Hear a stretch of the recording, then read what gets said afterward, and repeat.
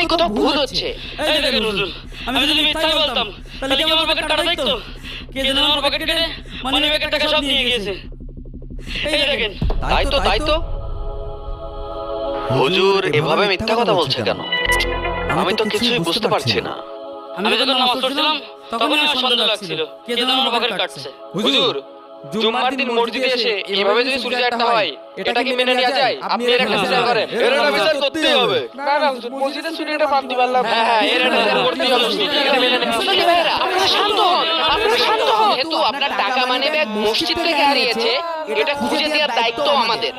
আপনি আসরের সময় আসেন, আপনার টাকা মানে ব্যাগ সব খুঁজে দেওয়ার ব্যবস্থা করব।